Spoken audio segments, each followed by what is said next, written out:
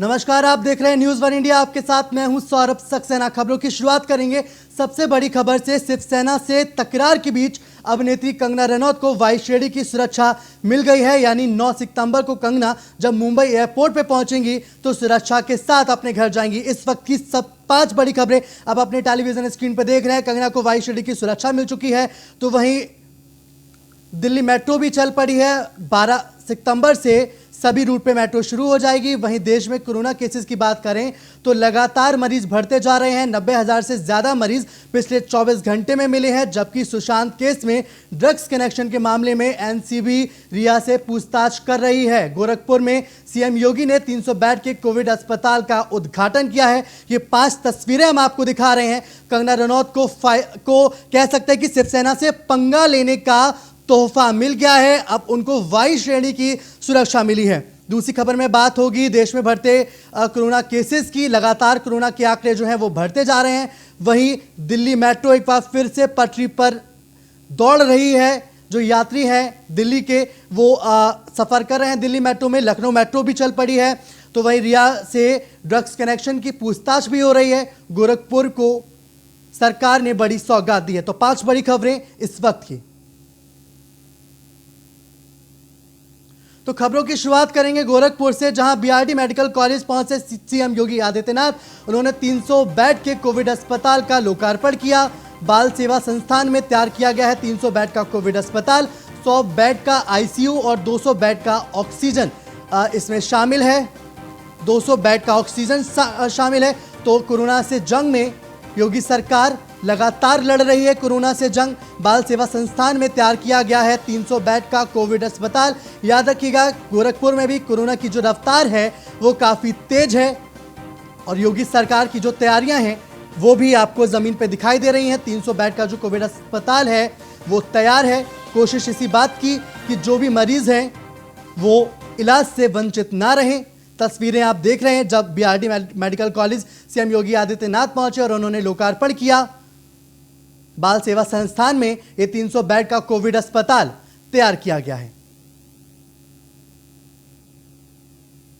तो कोरोना से जंग योगी सरकार की जारी है। योगी सरकार ने ठाना है कि कोरोना को हराना है।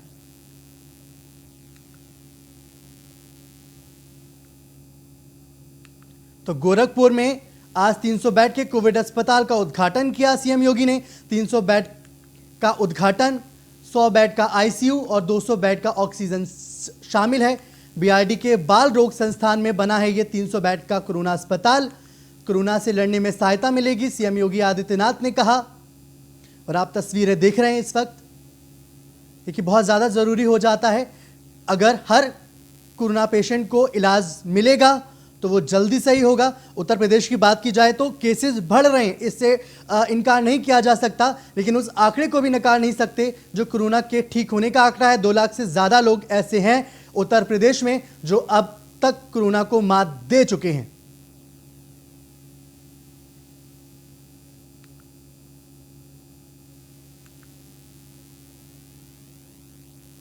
आज सीएम योगी आदित्यनाथ ने उद्घाटन किया कोविड अस्पताल का। 300 बेड का ये अस्पताल है। सीएम योगी की कोशिश है कि उत्तर प्रदेश में कोई भी कोरोना पेशेंट इलाज से वंचित नहीं रहे। जब भी सीएम योगी लखनऊ में होते हैं टीम 11 के साथ बैठक करते हैं। पूरे प्रदेश की स्थिति क्या है इसका वो जायजा लेते हैं, अधिकारियों को निर्देश देते हैं। गोरखपुर में एक साथ 300 बेड्स के डेडिकेटेड कोविड हॉस्पिटल के उद्घाटन,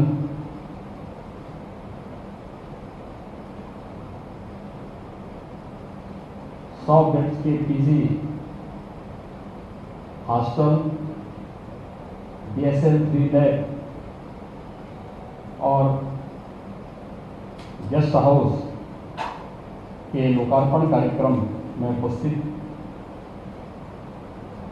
गोरखपुर के लोकप्रिय सांसद माननीय श्री रवि किशन जी, बांसगांव के माननीय सांसद श्री कमलेश पासवान जी, गोरखपुर के महापौर तो गोरखपुर के बाद अब बात होगी लखनऊ की, जहां केजीएमयू में कोविड हॉस्पिटल का लोकार्पण आज सीएम योगी करेंगे। आज शाम 6 बजे कोविड हॉस्पिटल का सीएम योगी लोकार्पण करेंगे। इस दौरान चिकित्सा शिक्षा मंत्री सुरेश खन्ना भी मौजूद रहेंगे। सीएम कोविड हॉस्पिटल का निरीक्षण करेंगे। केजीएमयू में 300 बेड का जो है वो कोविड हॉस्पिटल बनाया गया है। 100 आईसीयू, 6 पीआईसीयू, 6 एनआईसीयू की व्यवस्था की गई है। 4 ऑपरेशन थिएटर और 1 लेबर रूम भी बनाया गया है। हॉस्पिटल में ही पैथोलॉजी, फार्मेसी और माइक्रोबायोलॉजी लैब की सुविधा भी है। कानून मंत्री ब्रजेश पाठक और शिक्षा राज्य मंत्री संदीप सिंह भी शामिल होंगे। तो गोरखपुर के बाद आज शाम को 6 बजे लखनऊ में भी सीएम योगी आदित्यनाथ सौगात देंगे। 320 बेड का कोविड हॉस्पिटल है, जिसका आज सीएम योगी लोकार्पण करेंगे। आज शाम 6 बजे कोविड हॉस्पिटल का सीएम योगी आदित्यनाथ लोकार्पण करेंगे। इस दौरान चिकित्सा शिक्षा मंत्री सुरेश खन्ना भी मौजूद रहेंगे। तो शाम 6 बजे सीएम योगी आदित्यनाथ हॉस्पिटल का निरीक्षण भी करेंगे। 300 बेड का ये कोविड हॉस्पिटल बनाया गया है। देखिए, अभी हम बात कर रहे थे कोरोना के बढ़ते आंकड़ों की, तो लखनऊ एक ऐसा राजधानी बन गई है जहां पे सबसे ज़्यादा केसेस हर दिन सामने आ रहे हैं। पिछले 24 घंटे के अगर आंकड़े हम आपको बताएं तो 1000 में 1 मरीज कम नए केसेस मिले थे। तो लखनऊ से ज्यादा जानकारी के साथ हमारे साथ जुड़ गए हैं नीलेश चौहान। नीलेश चौहान, आज शाम 6 बजे सीएम योगी कोविड हॉस्पिटल का लोकार्पण करेंगे।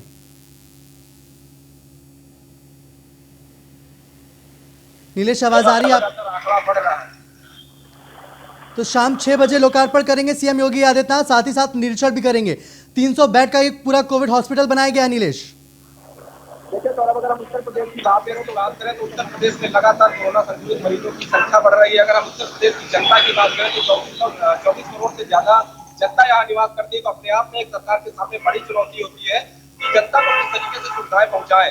अगर हम आज की बात करें तो उत्तर प्रदेश मुख्यमंत्री योगी आदित्यनाथ लखनऊ, जो कि उत्तर प्रदेश की राजधानी है, वहाँ पर केजीएमयू के अंदर 320 बेड का कोविड अस्पताल जो बनाया गया उसका लोकार्पण करेंगे। इस मौके पर उनके साथ चिकित्सा शिक्षा मंत्री सुरेश खन्ना और चिकित्सा स्वास्थ्य मंत्री संदीप सिंह मौजूद रहेंगे। उसके अलावा कानून मंत्री ब्रजेश पाठक इस कार्यक्रम में उपस्थित रहेंगे। अगर हम राजधानी की बात करें तो राजधानी में हर दिन कोरोना का आंकड़ा आसमान छूता है। अगर 24 घंटे की बात करें तो पिछले 24 घंटे में 1000 से ज्यादा कोरोना संक्रमित मरीज पाए गए हैं। उसके अलावा अगर हम आज की बात करें तो आज एक आईएएस अधिकारी ने कोरोना से अपनी जंग हार दी है और पीजीआई में उनका निधन हो गया है। तो कहीं ना कहीं ये कहा जा सकता है कि उत्तर प्रदेश की राजधानी में लगातार कोरोना का संक्रमण फैल रहा है।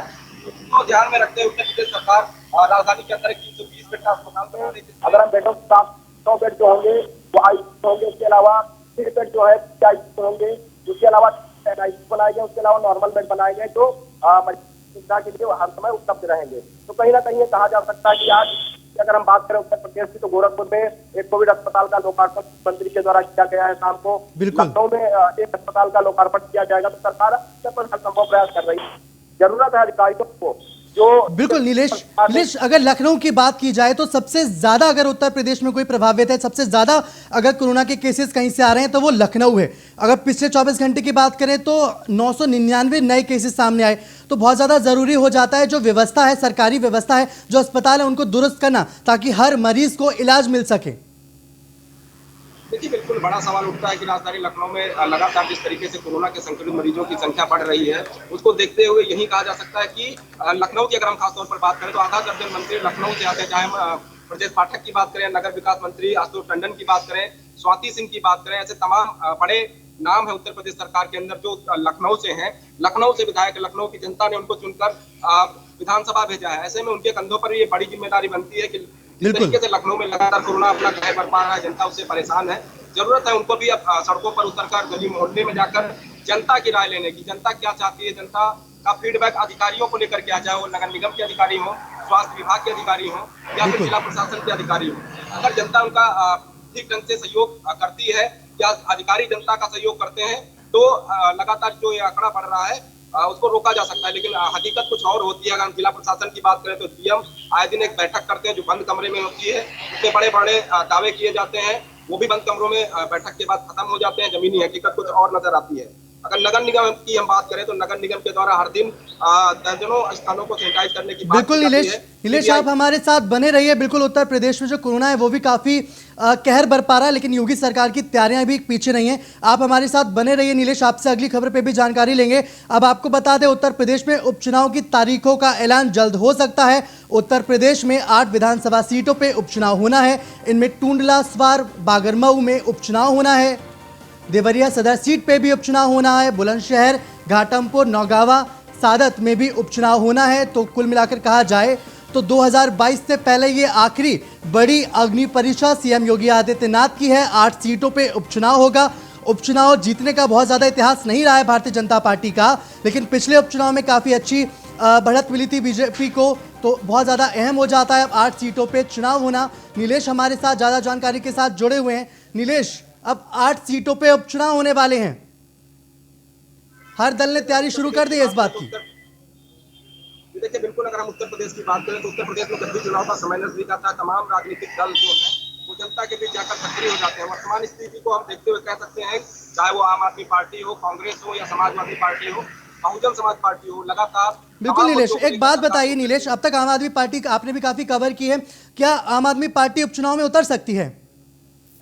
देखिए, बिल्कुल जिस तरीके से उत्तर प्रदेश के प्रभारी संजय सिंह और राज्यसभा सांसद संजय सिंह उत्तर प्रदेश के अंदर सक्रिय हैं, लगातार उनके ऊपर सरकार की तरफ से मुकदमे भी दर्ज कराए गए। उसके बावजूद भी संजय सिंह लगातार जनता के बीच जा रहे हैं, खासकर उन मुद्दों को उठा रहे हैं जो जनता इतना चाहती है, चाहे वो ब्राह्मणवाद का कार्ड हो या फिर दलितों की समस्याओं को लेकर सड़क पर उतरकर विरोध प्रदर्शन करना हो, लाठी खाना हो, तमाम तरीके के मुद्दे आम आदमी पार्टी की तरफ से उठाए जा रहे हैं। खासकर अगर हम संजय सिंह की बात करें तो संजय सिंह पिछले 3 दिनों से लगातार सरकार के ऊपर हमलावर है, चाहे वो ऑक्सीमीटर खरीदने की बात हो या फिर दवाइयों की खरीदने की बात हो, हर जगह के वो आंकड़े निकाल कर ला रहे हैं। बिल्कुल, हर मुद्दे पे आम आदमी पार्टी इस वक्त राजनीति करती दिखाई दे रही है। हालांकि अभी तक ये साफ नहीं है कि उपचुनाव के मैदान में वो लड़ेगी या नहीं लड़ेगी। अगर बात की जाए सपा की और बीजेपी की, तो बीजेपी के पास है कि भाई हमने कोरोना काल में जो जो काम किए हैं, उपलब्धियां हैं, उनके सहारे उपचुनाव में उतरने की कोशिश होगी।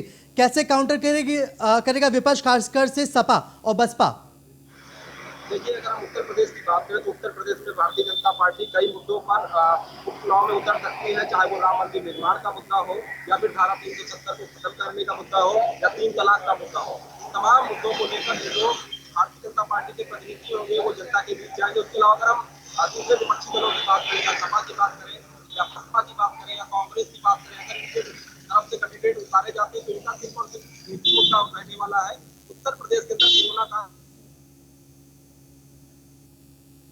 बिल्कुल, बहुत बहुत शुक्रिया आपका जानकारी देने के लिए। तो फिर उत्तर प्रदेश में 8 सीटों पे उपचुनाव होने वाले हैं। हर दल की कोशिश होगी कि इन 8 सीटों पे वो दमखम दिखाए, ताकि 2022 में जो एक तरह से आप कह सकते हैं कि 2022 की जो स्थिति है काफ़ी हद तक साफ हो जाएगी इन 8 उपचुनाव के बाद। चलिए अब खबरों में आगे बढ़ते हैं। लखनऊ से बड़ी खबर है, भारत इस्लामिक कल्चरल फाउंडेशन का बड़ा फैसला है। बाबरी मस्जिद का सटीक आकार होगा नई मस्जिद। मस्जिद के लिए आवंटित 5 एकड़ भूखंड पर बनेगा नया मस्जिद। बाकी बचे स्थान पर सार्वजनिक उपयोगिताओं का जो निर्माण है वो कराने का फैसला लिया गया है। आपको बता दें, मस्जिद जिसमें भीतरी आंगन भी शामिल है, बिल्कुल 15,000 वर्ग फुट का होगा। 1992 में बाबरी मस्जिद के आकार जैसा था, बिल्कुल वैसे ही नई मस्जिद को बनाने का फैसला लिया गया है। मस्जिद के लिए आवंटित 5 एकड़ भूमि पर जो नई मस्जिद है वो बनेगी। इसके साथ ही साथ सार्वजनिक उपयोगिताओं का निर्माण कराने का भी फैसला लिया गया है। जो जगह बचेगी वहाँ पे सार्वजनिक जो कई चीज़ें हैं उनको बनाने का फैसला लिया गया है। बाबरी मस्जिद का सटीक आकार होगा नया मस्जिद। तो ब्रेक के बाद स्वागत है आपका। अगली खबर लखनऊ से, जहां आईएएस सुशील कुमार मौर्य का निधन हो गया है। सुबह 6 बजे लखनऊ के पीजीआई में उनका निधन हुआ। कोरोना से संक्रमित थे आईएएस सुशील कुमार मौर्य। तो एक दुखद खबर हम आपको बता रहे हैं। सुबह 6 बजे लखनऊ के पीजीआई में निधन हुआ। कोरोना से संक्रमित थे आईएएस सुशील कुमार मौर्य। कोरोना लगातार जान ले रहा है लोगों की। सुशील कुमार मौर्य का भी कोरोना की वजह से निधन हो गया है। सुबह 6 बजे पीजीआई में उन्होंने आखिरी सांस ली। उत्तर प्रदेश में कोरोना से अगर सही होने वाले मरीजों की संख्या ज़्यादा है तो ऐसे लोगों की भी संख्या बहुत ज़्यादा है जो कोरोना की वजह से दम तोड़ रहे हैं।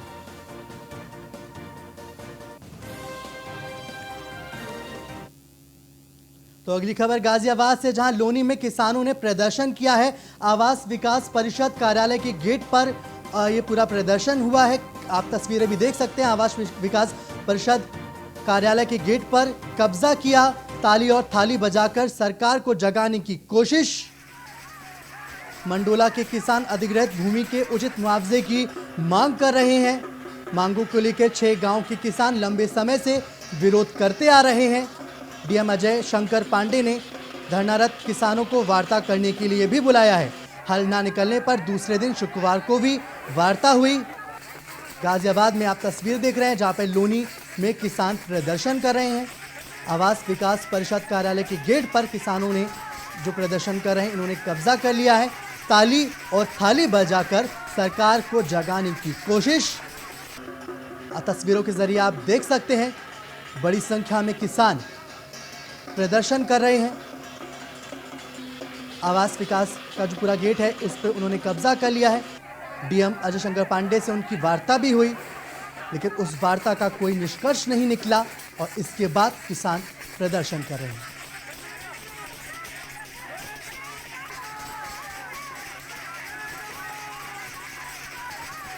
तस्वीरें आप देख रहे हैं। आवाज़ भी आप अपने टेलीविज़न स्क्रीन के जरिए सुन सकते हैं कि किस तरह से लोग ताली बजा रहे हैं, कोई थाली बजा रहा है ताकि सरकार तक उनकी आवाज़ पहुंच सके और उनको राहत मिल सके, जो उनकी मांगे हैं वो पूरी हो सके।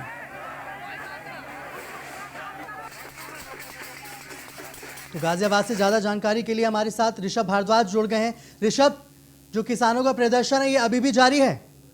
जी बिल्कुल, देखिए किसानों का जो प्रदर्शन गाजियाबाद से मंडोला में चल रहा है लगातार जारी है। पिछले काफी समय से किसान प्रदर्शन कर रहे हैं अपनी मांगों को लेकर, जिसके चलते आज आवास विकास के गेट पर इन्होंने ताला लगा दिया है। जी बिल्कुल, डीएम से भी वार्ता हुई है इससे पहले, तो ऐसी कौन सी बात है, कहाँ पे ये बात अटक रही है, क्यों किसान धरना देने को मजबूर हो रहे हैं? जी बिल्कुल, मैं आपको बता दूं जो किसानों की जो भूमि थी इसे सरकार ने लिया था, लेकिन उचित मुआवजा जो देना चाहिए था वो किसानों को नहीं दिया गया था। पिछले काफी समय से जो किसान है लगातार धरना प्रदर्शन कर रहे हैं, उसी को लेकर आज किसानों का गुस्सा फूट गया और आवास विकास पर ताला जड़ दिया। जी बिल्कुल, बहुत बहुत शुक्रिया आपका जानकारी देने के लिए। तो फिर किसानों का प्रदर्शन जारी है। तस्वीरें आप देख रहे हैं, कई बार की वार्ता हुई लेकिन किसानों का जो समस्याएं थी वो हल नहीं हो पाई और उसके बाद फिर किसान धरना देने को मजबूर हो गए।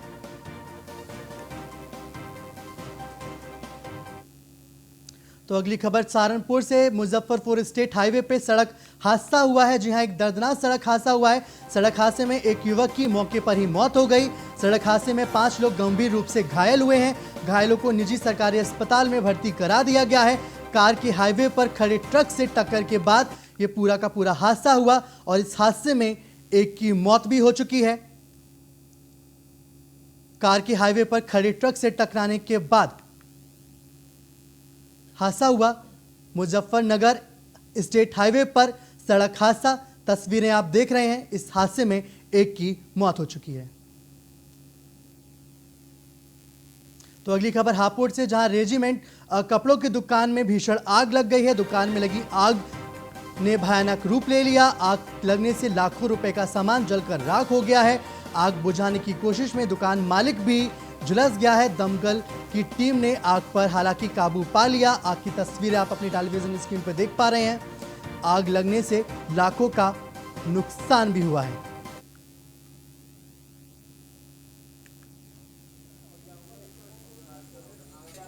रेजिमेंट कपड़ों की दुकान में भीषण आग लग गई। हापुड़ की तस्वीरें आप देख रहे हैं। आग लगने से लाखों रुपए का सामान जलकर राख हो गया। हालांकि आग किस वजह से लगी अभी तक की साफ नहीं हो पाया है। और आग बुझाने में जब दुकान मालिक ने आग बुझाने की कोशिश की तो वो भी झुलस गया। हालांकि दमकल की टीम ने कड़ी मशक्कत के बाद आग पर काबू पाया। तस्वीरें आप देख सकते हैं।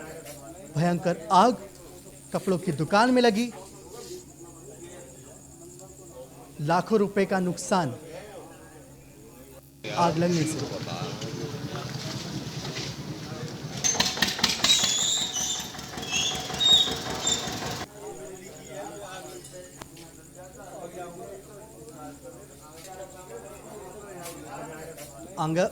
आग के तांडव की तस्वीरें आप देख रहे हैं।